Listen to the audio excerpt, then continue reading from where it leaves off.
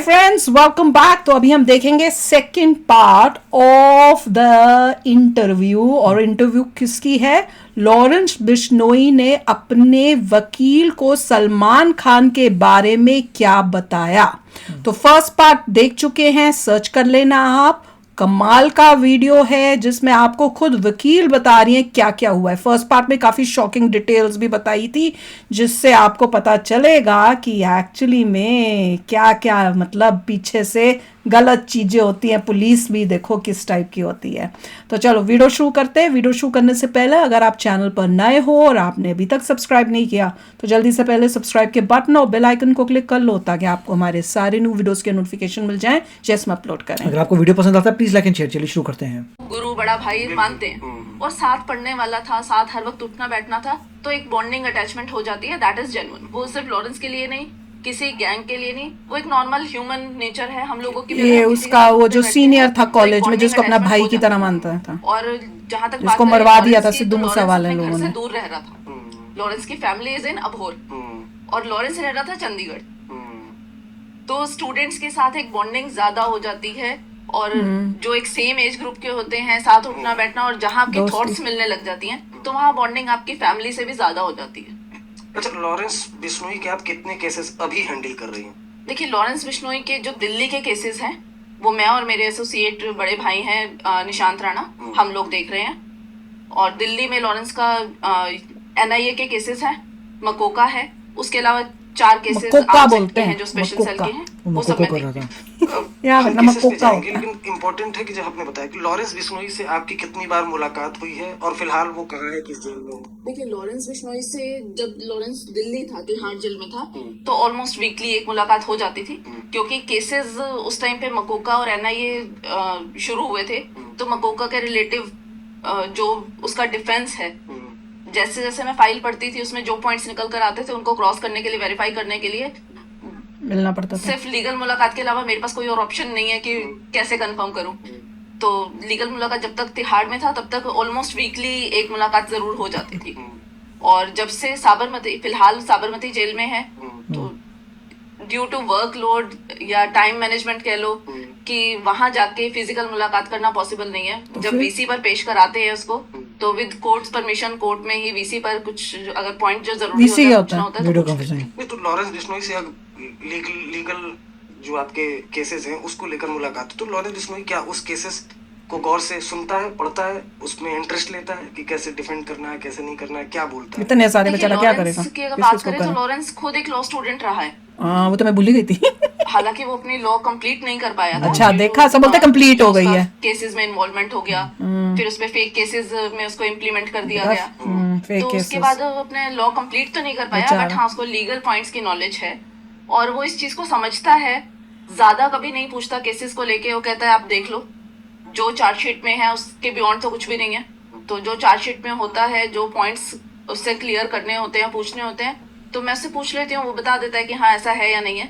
और जहां तक बात करें लॉरेंस के केसेस की, तो जब एक इंसान जेल में है, जेल में उसके पास कोई रिसोर्सेज नहीं है, कोई मुलाकात नहीं है, कोई फोन फैसिलिटी नहीं है। हालांकि ये बहुत एलिगेशंस लगती हैं कि लॉरेंस बिश्नोई के पास फोन है, फोन चलता है, वो फोन से ही सबको ऑर्डर देता है। तो I just want to ask from the investigating agency कि भाई वो कौन सा फोन है जो फोन करने के बाद इनविजिबल हो जाता है, क्योंकि फोन्स की रिकवरी तो होती नहीं है। सबूत है, इंटरव्यू तो दिया उसने, पता नहीं कहां से। अगर इंटरव्यू की बात करें तो वो भी एक मैटर ऑफ इन्वेस्टिगेशन है। अभी उसमें चल रहा है कि बाकी उसके पास फोन था या नहीं था। और उससे भी बढ़कर अगर मैं बात करूं, हालांकि ये लगेगा बिल्कुल फिल्मी, बट हमने बहुत सारी फिल्में देखी हैं जिसमें डबल रोल होता है। अच्छा, आप ये तो पॉसिबिलिटी। उसका छोटा भाई भी तो वैसे ही लगता है। लेकिन एक बात की जाए तो सिद्धू मूसेवाला के मर्डर के बाद एक ऑडियो सामने आया था जिसमें जब सिद्धू मूसेवाला का मर्डर हुआ तो तिहाड़ जेल में लॉरेंस बिश्नोई बंद था, उसको कॉल करके जानकारी दी गई थी कि सिद्धू मूसेवाले का मर्डर हो गया। तो यानी वो तिहाड़ जेल में भी वो किसी ना किसी का फोन तो यूज कर ही रहा था। सर, फिर मैं यही कहूंगी इसमें कि अगर कोई फोन यूज हो रहा था तो वो फोन रिकवर क्यों नहीं हुआ? ये सिर्फ एक ऑडियो क्लिप मीडिया में उस टाइम पर सिद्धू मूसेवाला के मर्डर के बाद बहुत वायरल हुआ था, बट ये ऑडियो क्लिप की ऑथेंटिसिटी अभी तक आजकल कितना फेक होता है। ऑडियो क्लिप है तो ऑडियो कहीं तो रिकॉर्ड हुई होगी, कहाँ है वो फोन? ना इस एंड का फोन मिला, रिसीव हुआ है, ना उस एंड का, ना उधर का तो मिला। बीच में ये हवा में ऑडियो क्लिप कहाँ रिकॉर्ड हुई है? अगर कोई फोन था, तो यूज लाओ। हो रहा था, तो सबूत रिकवर भी लाओ तो ना। होना चाहिए। और जेल ऐसी जगह है जहाँ पर परिंदा भी जेलर की परमिशन के बिना पर नहीं मार सकता, वही तो। उसको भी अंदर आने की परमिशन नहीं होती। तो फोन अंदर आया कहाँ से? और और गायब चलो कैसे हो मान गया? लेते हैं कि आ गया आया, तो गया कैसे? तो अंदर के अंदर वो गायब कहाँ हो गया? कोई च्युइंगम थोड़ी है कि कोई चबाकर निकल जाएगा, तोड़ेगा फेंकेगा तो रहेगा तो वो जेल प्रेमाइसिस के अंदर ही। बट आज तक उस फोन की रिकवरी नहीं है। और डिफरेंट जेल अथॉरिटीज से भी जब भी इन्वेस्टिगेटिंग एजेंसीज ने थ्रू लेटर या पर्सनली अप्रोच करके उनसे इसमें एक डिटेल्स घपला था मांगी कि है कि च्युइंगम भी लॉरेंस से आज बहस नहीं तक कर कुछ भी सकते। इंक्रिमिनेटिंग अंदर निकल जाएगी। जेल्स में बाहर रिकवर हुआ निकलती है। हर किसी जेल अथॉरिटी का यही रिप्लाई आया है, nothing incriminating has been recovered from him. सिर्फ आज तक जो मेरी नॉलेज में है एक केस है जिसमें उससे फोन रिकवर हुआ था, वो है 2017-18 का। क्या था? फोन रिकवरी का जो प्रिजन एक्ट होता है 52A, मतलब वो बस एक केस है। I don't remember the jail name कि किस जेल का है, बट 2017-18 का। अब आप बताइए कि अगर आप 18 में कोई चीज प्लानिंग कर रहे हो, चलो फोन आपके पास रिकवर है और वो भी अभी मैटर ऑफ ट्रायल है, उसमें कन्विक्शन नहीं है कि वाकई उसके पास फोन रिकवर हुआ था, प्लांटेड था, क्या था, वो मैटर ऑफ इन्वेस्टिगेशन है, अभी उसका ट्रायल कंक्लूड नहीं हुआ है। अगर चलो मान भी लें कि फोन रिकवर हुआ है, तो क्या 18 में कोई 22 की 23 की प्लानिंग कर सकता है? मिद्दू खेड़ा का मर्डर होता है 21 में, क्या 18 में वो इतना एंटिसिपेट कर लेगा कि 21 में उसका मर्डर होगा और 22 में मैं उसको सिद्धू मूसेवाला नहीं, वो तो कोई और डिफरेंट केस या होगा। उसके बाद सलमान के घर फायरिंग कराऊंगा? ये तो तो बहुत सब दूर की बात सिर्फ है। एक जो कहते हैं ना कि काल्पनिक बातें हैं, काल्पनिक भी ऐसी जिसका कोई बेस नहीं है। तो 18 में, लेकिन उसने, मुझे याद है, पुलिस जिप्सी में तो बोला था कि सलमान को मारूंगा। सर आप उसकी रिकॉर्डिंग एक बार दोबारा प्ले करके सुनिए। उसने ये नहीं कहा कि मैं मारूंगा, उसने तब भी यही कहा था, उसकी स्टेटमेंट यही थी कि मैं स्टूडेंट पॉलिटिक्स का शिकार हुआ हूँ, मैंने कोई क्राइम नहीं किया है, अगर कभी कोई क्राइम किया तो सलमान खान को यहीं जोधपुर में मारेंगे। वो उसकी इच्छा थी कि अगर, क्योंकि उसी टाइम मारूंगा नहीं 2018 में अगर। सलमान खान को ब्लैक बग पोचिंग केस में कन्विक्शन हुई थी 5 साल की, तो तब उसने ये अपनी एक इच्छा जाहिर की थी कि मैंने कोई क्राइम नहीं किया, अगर कोई क्राइम किया तो सलमान खान को मारूंगा। वही ये क्राइम करूंगा। उसने ये नहीं कहा कि मैं सलमान खान को मारूंगा, उसने अपनी इच्छा जाहिर की थी कि अगर कभी क्राइम करने का मन हुआ तो ये क्राइम है जो मैं करना चाहूंगा। तो ये इच्छा आपसे जो मुलाकात हुई उसमें जाहिर करी है उसने? नहीं, ऐसी कभी कोई बात नहीं हुई। क्या बातचीत होती है उसके अलावा, आप बताते हाँ, हैं कि ब्लैक बग पोस्टिंग केस के बारे में मैंने बात की थी, क्योंकि जब ये दोबारा बहुत सारा लॉरेंस बिश्नोई को टारगेट करके बहुत सारे केसेस इंप्लीमेंट हुए, तो जब यहाँ मकोका में दिल्ली उसको लेकर आए थे, उसके बाद एक बार लीगल मीटिंग के टाइम पर मैंने पूछा था, मैंने कहा सलमान खान का ये जो ब्लैक बग वाला केस है इससे रिलेटेड क्या है, क्या इसका मैटर है? तो तब उसने बताया था कि 2018 में जब उसको कन्विक्शन हुई है, तो हम तो बस यही चाहते हैं कि कन्विक्शन हुई है, उससे पहले बिश्नोई समाज ने कभी इस चीज को लेके कोई क्वेश्चन नहीं किया, बिकॉज जो बिश्नोई समाज है बहुत वाइल्ड लाइफ को प्रोटेक्ट करता है और ब्लैक बग्स की वो पूजा करते हैं। और जहां तक बात करें कि अगर कि किस हद तक उसकी पूजा करते हैं, किस हद तक उसको सैक्रेड एनिमल मानते हैं, तो जब अगर उनको कोई ब्लैक बग, कोई छोटा बच्चा हिरन का अनाथ मिल जाते हैं कि हाँ किसी की मदर की, फादर की किसी भी एक्सीडेंट में डेथ हो गई, किसी भी तरीके से डेथ हो गई, उसका बच्चा अनाथ कहीं सड़क पर उनको घूमता हुआ मिल जाता है, तो जो बिश्नोई समाज की महिलाएं हैं उस बच्चे को अपने घर लाकर स्तनपान तक कराती हैं। तो यहाँ से आप समझ सकते हैं कि ब्लैक बग को वो किस हद तक सैक्रेड मानते हैं, उसको अपने बच्चे की तरह पालते हैं।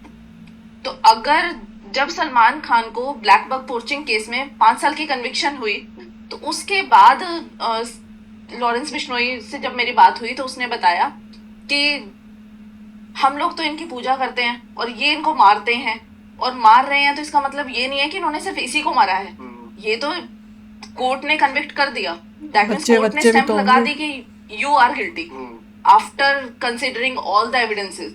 सब कुछ कंसिडर करने के बाद जब कोर्ट अगर किसी को कन्विक्ट या एक्विट कर देती है, तो दैट इज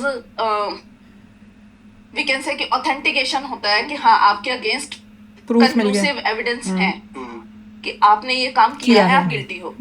और जो बिश्नोई समाज 2018 से पहले कभी ऐसी कोई बात नहीं हुई, सलमान खान से कोई राइवलरी, कोई दुश्मनी, कोई नाराजगी किसी ने जाहिर नहीं की, क्योंकि उनको हमारी जो कॉन्स्टिट्यूशन है, हमारा जो कोर्ट है, उस पर ट्रस्ट है। हमको भी ट्रस्ट है कि जो कोर्ट करेगी, कोर्ट के डिसीजन को हम सब मानते हैं।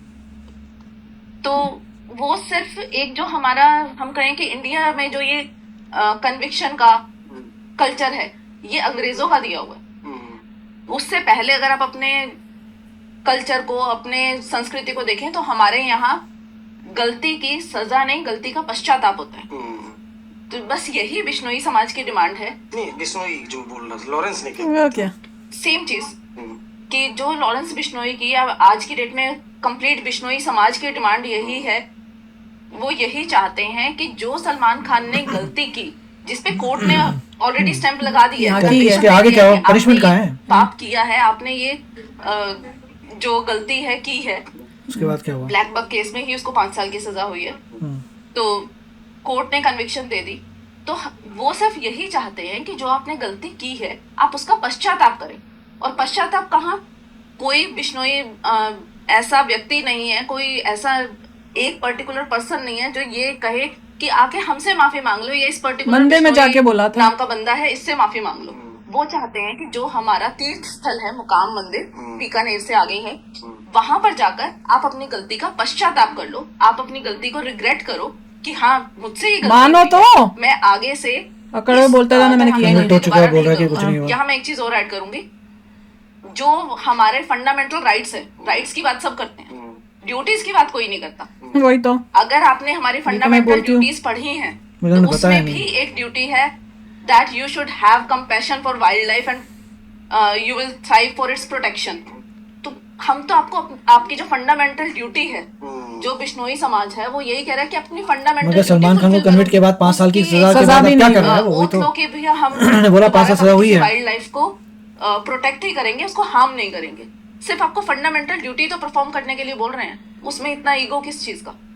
अच्छा, तो मतलब लॉरेंस ने कहा कि गिल्टी है सलमान खान, उसको जाके माफी जी बिल्कुल। वो जो कन्विक्शन के बाद ही बिश्नोई समाज की ये डिमांड है कि उसने जो गलती की है, जो कन्विक्शन है, उसकी वो सजा हमारे जो एंशियंट हमारा कल्चर है, हमारा हिंदू कल्चर है, उसमें सजा का कोई प्रावधान नहीं है। शुरू से भी यही था कि अगर आप गलती कर रहे हो, और इवन आज की डेट में भी कोर्ट्स प्ली बार्गेनिंग जैसी चीज है, प्ली बार्गेनिंग का कंसेप्ट है कि अगर आपने कोई गलती की है, जो पैटी ऑफेंसेस हैं, कुछ केसेस हैं जिनमें कोर्ट अलाउ करती है कि अगर आप अपनी गलती मान लेते हो तो आपको कम से कम सजा दी जाती है।